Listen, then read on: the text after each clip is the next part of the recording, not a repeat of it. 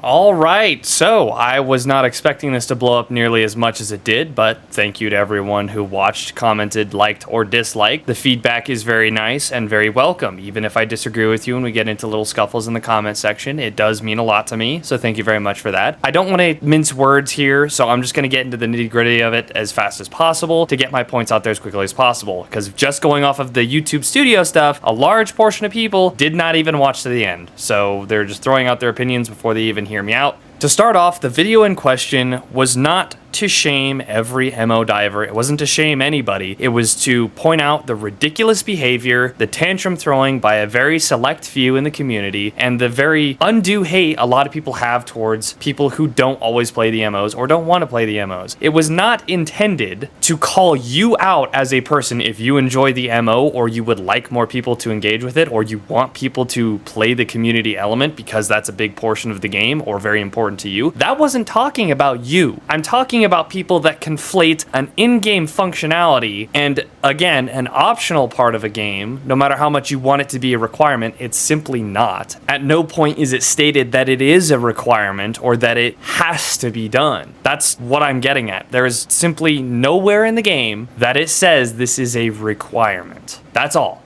And a lot of the people I'm talking about do try to conflate this optional part as a requirement or an obligation, which is simply just asinine to suggest that it is a requirement of you. You could argue it's an expectation knowing going in, but I didn't know it when I bought the game. That just happened to be something I found out after buying it. And I'm okay with it because I do the MOs 90% of the time, roughly. I'm not saying you can't be upset that there are people that don't agree with you. I'm not saying you can't wish people would do the MOs more. You have valid points about why we do them and why it's important to do them. But that does not mean there is enough substance or depth to the major orders to make everyone care, and you are never going to make every single person care as much as you do. The simple fact of the matter, not everyone gets the same enjoyment out of it, and that's okay. Not everyone has the same incentives or drives that you do to do something, even if they enjoy the same game. So rather than yelling at people and trying to make it an obligation or insult them for not doing it or calling them stupid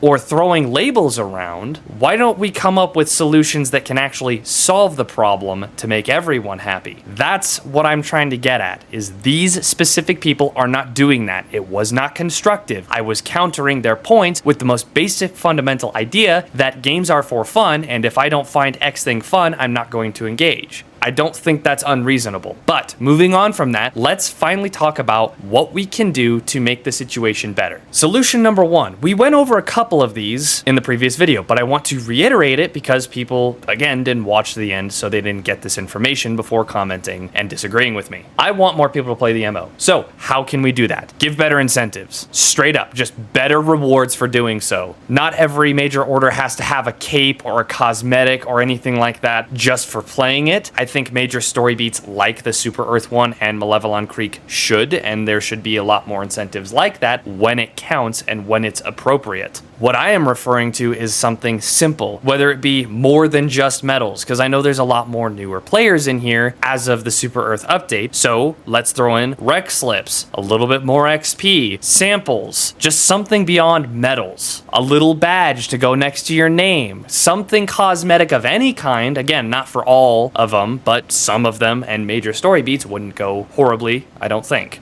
Give bonus XP to weapons. If you do the major order, then the weapon you had when you were fighting those MOs gets a good chunk of XP, or it has a percentage XP bonus for participating in the MO. Incentives beyond story matter, because I'm sorry, there are some major lulls in the story that just suck. And people have been in the comments in my last video, the MOs don't suck, you suck, and you shouldn't play this game if you don't like the story, and just things of that nature, which is just ridiculous to me. I like the gameplay, I like the story, but there are points where it's just not very impressive or incentivizing. The Black Hole storyline was a good example. It was a huge lull, there wasn't a lot going on, we were just bouncing around doing basic things over and over. So having some sort of personal gain to get out of it would be a large incentive to keep people interested and get major orders done. This one I'm not a huge fan of, but the second option we have, we could also throw these options and mix and match as we choose, or however the developers decide to implement them. In my other video, I talked about the quote-unquote tariff system, where during a major order, if you're not diving on major order planets, you get less stims, less ammo, there's less samples or something. Just there's some sort of penalty for playing that way. Now, I'm not a fan of this method, but if they finagled it in a way where it wasn't too bad, I think it would be another way to kind of steer people towards playing the major order. Not a big fan because it punishes you. I'd rather reward people for paying attention, not just punish people who aren't. Option 3, and this should honestly go with pretty much any of the other ones on here. In-game communication and coordination options. Whether it be some sort of global chat, some sort of in-game communication system, like how we vote for the DSS, something so we can better coordinate our efforts as a team. This would go a long way in helping a lot of the discoordinated behaviors, and a lot of MOs we've lost have been because of a lack of coordination or the developers fumbling the bag. On that note of developer shortcomings, I'm not going to bash Arrowhead a lot. I really don't want to sit here and bash them. I just want to point out flaws in the system and offer ways to fix it. I'm going to give you an example of a major order we lost because the developers fundamentally didn't understand the homework. When the bots, the fire bots, first came out, there was a major order to stop them from advancing. Now, this is new content. This is new things we haven't dealt with before, so naturally, people are going to want to go see what's up. In order to win that major order, we had to forego playing the new content, the things the developers put time and effort into creating for our enjoyment, just to win the MO. We had to gambit away from where they were, go fight on a planet they weren't on to win the major order. This, just from a design perspective, is a major flaw. If you want people to engage with your content, put it somewhere where it makes sense to engage with.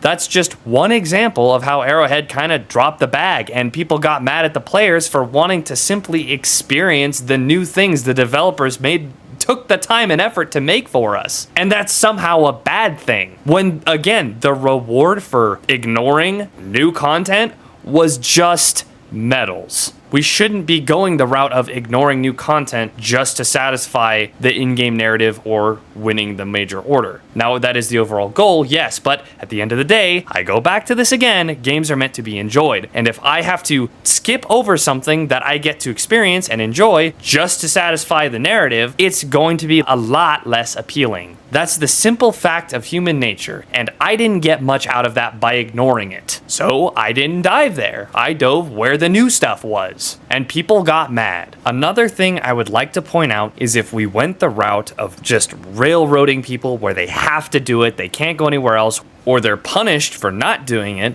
it would ruin the community element. It would take a lot of that fire, a lot of that flair out of it by simply railroading it. By forcing people or punishing people to do something takes away from the fact that it's a community-driven game. It requires us to work together, but if they're spending a lot of their time just making you do it, then there's no fun to it. There's no organic happenings at all. It's just us doing thing to thing to thing to thing and winning every major order because that's all we can do, or that's all that's tolerable to do. It takes a lot out of it. If we can't make mistakes, if we can't lose major orders, then there is no winning or losing. It's just us winning, and that's boring. Simply put, that is just the worst thing you could do for a community-based game, is to force everyone to participate because you want them to. It would take all of the fun out of it. One of the comments I specifically referred to was one that said the game would be better off without that 30,000 people just because of the community narrative, because they wanted to win that bad. When in reality, that's only hurting the very community element they care so much about.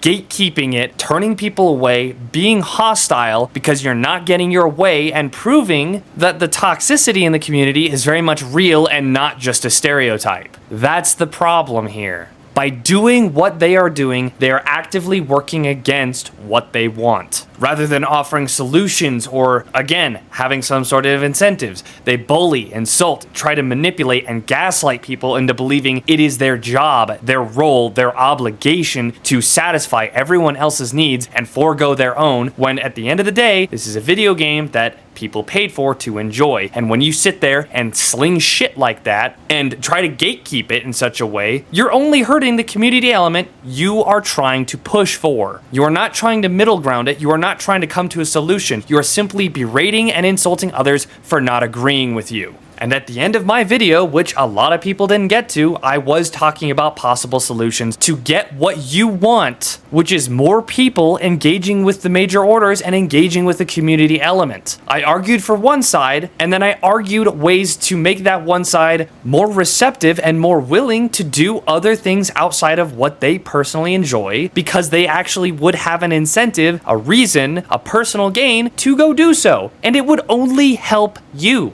That's all I'm getting at, is just the way people were acting was incredibly ridiculous. The arguments were not fair and go completely against what video games are meant for, and then offered solutions on how to fix this problem while keeping everyone happy. Instead, it just turned into people saying, no, you're wrong, it is an obligation, thus proving that you're not willing to make it better for everyone, you just want it for you. And that does nothing but turn people away from the argument you are trying to make a point for.